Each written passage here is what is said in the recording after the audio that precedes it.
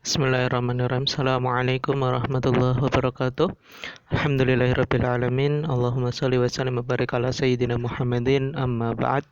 Mas Mbak kelas 10 program keagamaan yang insyaallah dirahmati oleh Allah Subhanahu wa taala. Pada kesempatan kali ini kita akan lanjutkan KBM kita untuk pelajaran Arab wajib. Silahkan teman-teman buka halaman 23.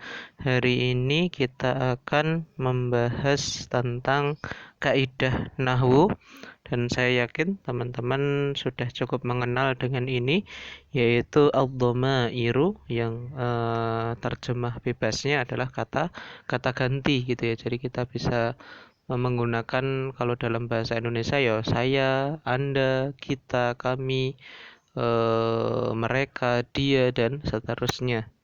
Nah, di dalam dhamair ada macam banyak jenisnya, dan ini kita kaitkan juga dengan ilmu sharaf kita ya, meskipun kita belum mulai masuk ke pembahasan tasrif lugawi, tapi dhamir ini juga berkaitan dengan itu. Jadi misalkan kan kalau teman-teman yang pernah belajar tasrif lugawi akan menemukan huwa, huma, hum, hiya, huma, hunna, anta, antuma, antum, dan seterusnya itu kan. Nah, ini kurang lebih sebenarnya hanya seperti itu yang akan kita pelajari.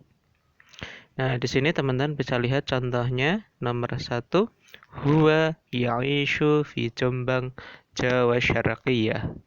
Nah, di situ yang digaris atau yang di warna merah adalah huwa. Huwa itu adalah domir ya kan. Nah, domir itu kata ganti. Huwa artinya dia laki-laki. Kemudian anta tadarusu fil madrasati sanawiyah al-islamiyah al-hukumiyah. Anta. Nah, anta di sini adalah domir, belajar di MTS negeri atau MTSN. Kemudian ana udzakiru ad-durusa fi ghurfatil mudzakarah. Ana, saya, udzakiru, mengulang, mempelajari kembali, apa, ad-durusa, yang pelajaran atau pelajaran, jadi sebagai maf'ul bih, fi ghurfatil mudzakarah, di kamar belajar, makanya di kamar untuk belajar. Nah, di sini kan ada ana, yang berarti saya.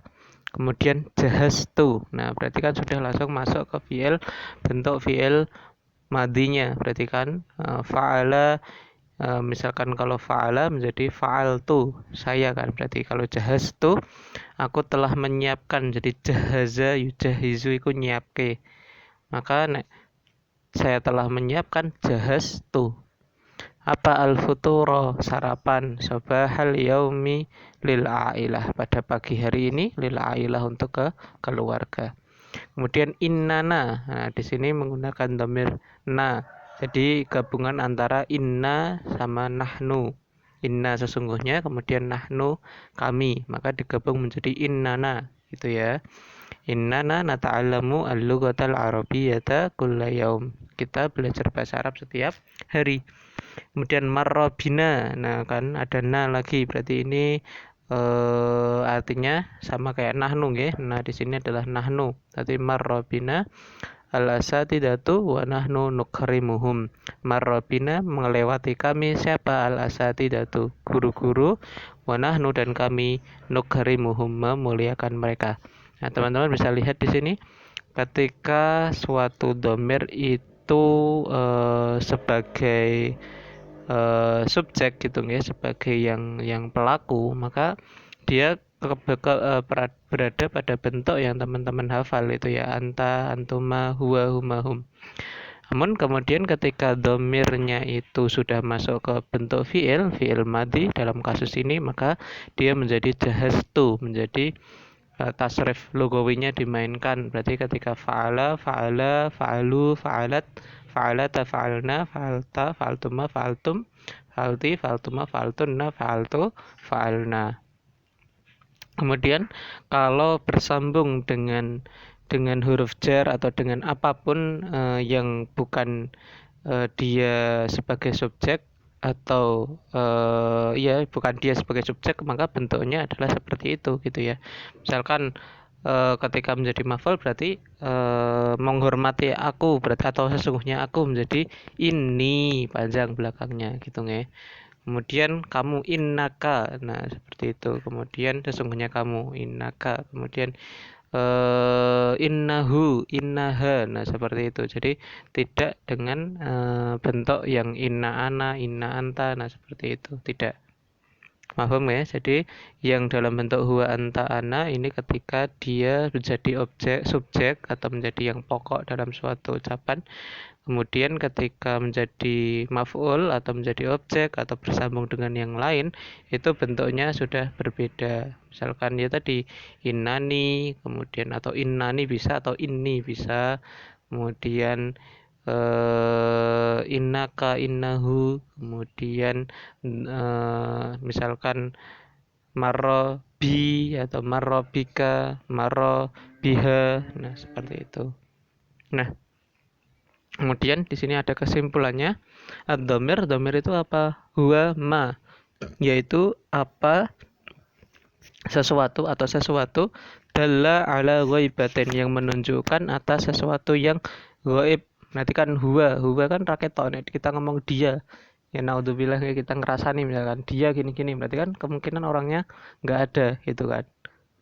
Nah, terus au khudurin atau kehadiran misalkan anta. Ini namanya mukhatab ya kan, yang diajak berbicara.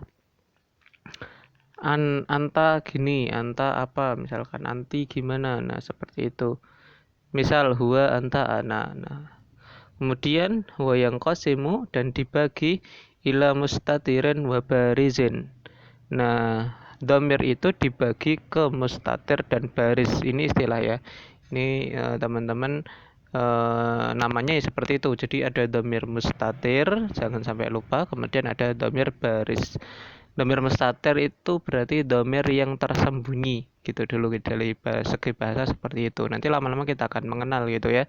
Ada yang mustatirnya wajib, ada yang mustatirnya boleh. Nah, kalau wajib misalkan pada fa'ala dan yaf'ulu itu dhamir mustatirnya wajib.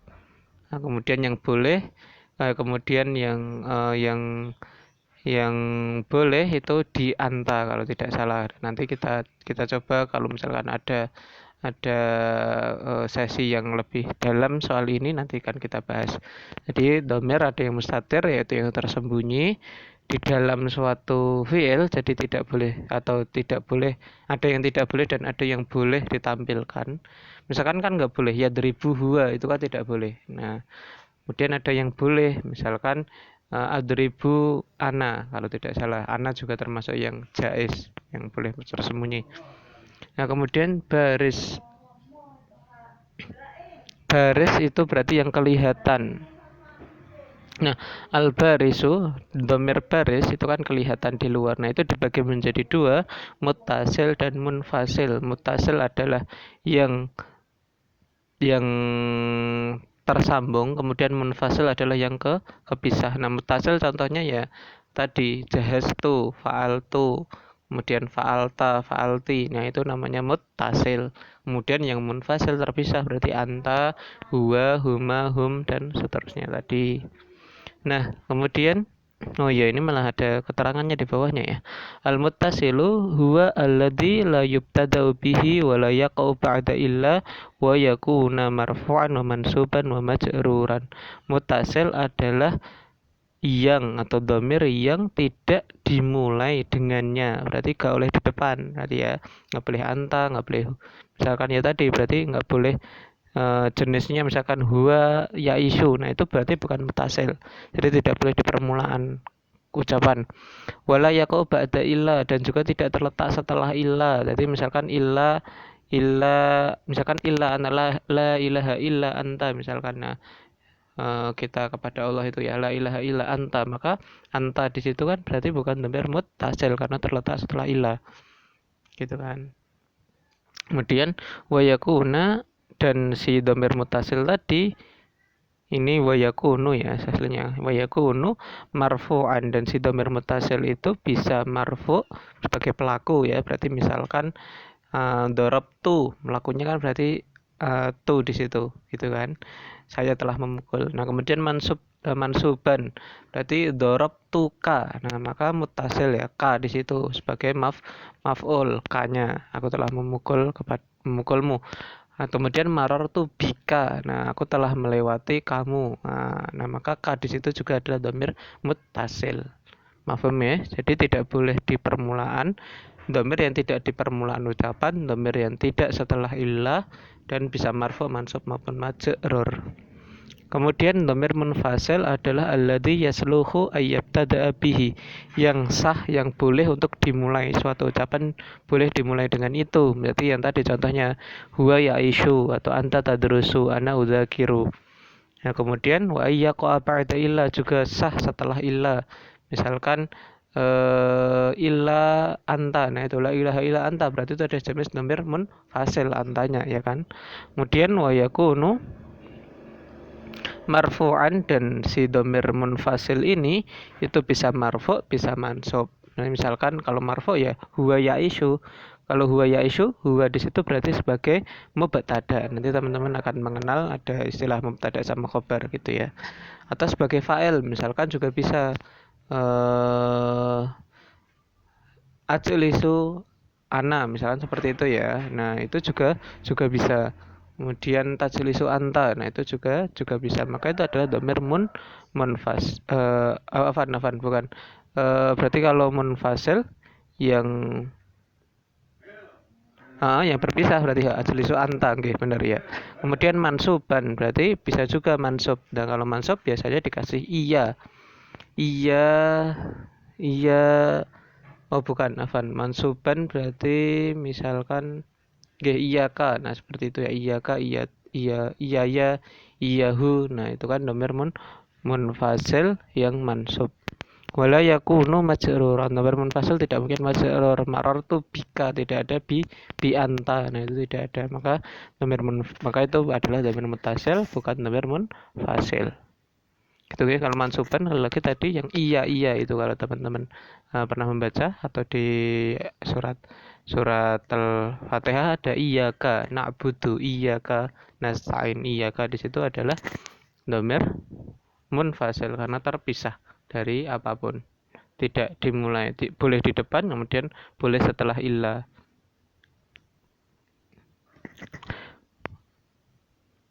Kemudian dhamir adalah kata ganti yang menunjukkan orang ketiga seperti huya huma, hunna, huwa huma hum. Orang kedua anta antum antum, anti antum antunna, ana nahnu, dan orang pertama seperti ana nahnu. Ini nanti dihafalkan ya. Huwa huma hum, hiya huma hunna. Kemudian itu untuk waib. Kemudian mukhatab itu anta antum antum, anti antuma antunna. Kemudian untuk mutakalim atau orang yang berbicara adalah ana dan nahnu. Dan dhamir itu ada dua, mustatir yang tersimpan, apa tadi yang tersembunyi, sama ya kurang lebih. Kemudian dan baris yang nampak. Sedangkan dhamir baris dibagi menjadi dua, muttasil, dhamir yang melekat pada kata lain dan bisa mahal rofa, mahal nasab, dan mahal jar. Maksudnya i'rabnya bisa untuk marfu, untuk rofa, kemudian untuk nasab maupun jar, meskipun statusnya dia mabni, statusnya dia tidak bisa berubah harokatnya. Jadi nek sudah menyinggung i'rab nasab gitu nggih di Arab minat mungkin ya. Ini kan kita Arab wajib ya. Nasab kan fathah. Nah, fathah tapi nek misalkan anti, nah kan nggak boleh anta. Anta kembali artinya kan jadi kamu laki-laki. Nah, namanya anti. Nah, maka anti di situ bisa fi mahal dalam posisi atau keadaan seharusnya nasab tapi tidak berfathah. Kemudian ada munfasil, dhamir yang terpisah dari kata lain dan bisa mahal rofa nasab, kurang ya itu. Nah, ini contohnya ya, tabelnya, malah ada tabelnya. Nah, dhamir rofa, untuk dhamir muttasil, dhamir rofa, nah itu tidak ada. Kenapa? Ini gini ya, ini teman-teman di atas tabel, dua tabel ini ditulis baris. Ini dhamir munfasil sama muttasil di sini adalah jenis dhamir baris. Nah, makanya dhamair rafa di sini kan tidak ada. Yu'allimu itu tidak termasuk dhamir muttasil tapi dhamir mustatir. Mafhum enggak? Di sini kan ada dhamair rafa, ini kan kosong, dikosongi. Kenapa? Karena kalau itu kan harusnya kan yu'allimu biasa, tapi yu'allimu biasa itu tidak termasuk dalam dhamir muttasil tapi dia dhamir mustatir. Mustatir wajib nanti. Nah, kemudian ada dhamair nasab yu'allimuhu, dilingkari hu-nya. Kemudian dhamir jar iltaqa bihi. Nah, dan seterusnya ya. Ya, kalau ta'allama dhamair rafa. Nah, di situ artinya huma berarti nggih. Kemudian nasabnya huma, kemudian juga huma. Kemudian dhamir rafa'nya ta'allamu, kemudian yu'allimuhum. Nah, di situ dhamir nasabnya adalah hum. Kemudian iltaqa bihim. Nah, biha, bikuma, biki diperhatikan itu nggih. Perbedaan antara ta, ka, terus kemudian tu, tuma, kuma, kemudian tum, kum gitu ya. Ti, ki. Nah, itu silakan diperhatikan, dilihat di tabelnya. Nah, kemudian untuk dhamir munfasil yang terpisah tadi, kalau rofa ya huwa humahum, kemudian nasab adalah iyahu, iyahuma, iyahum dan seterusnya. Itu nggih. Nah, ini silahkan dilihat tabel di sini.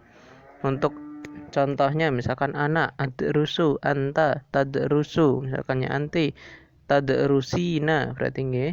Kemudian huwa yadrusu, hiya tadrusu, antuma tadarusani, kemudian huma mudzakkar dan huma muannas.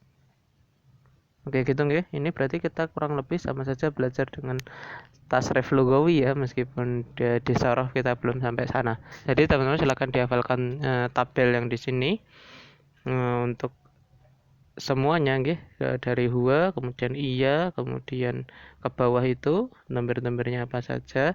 Kemudian tati itu, kemudian kakiku. Nah, seperti itu juga perlu kita perhatikan.